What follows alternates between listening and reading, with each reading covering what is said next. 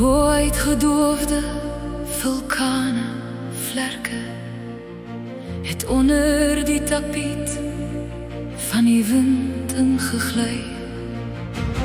Reis, reis, voyage, voyage, ewig van die wolke en die wind uit Spanje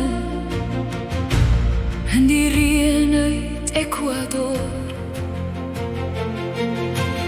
Reis, reis, voyage, voyage, vlieg die hoogtes in boord, die hoofdstede van noodlottige idees. Kyk na die osie.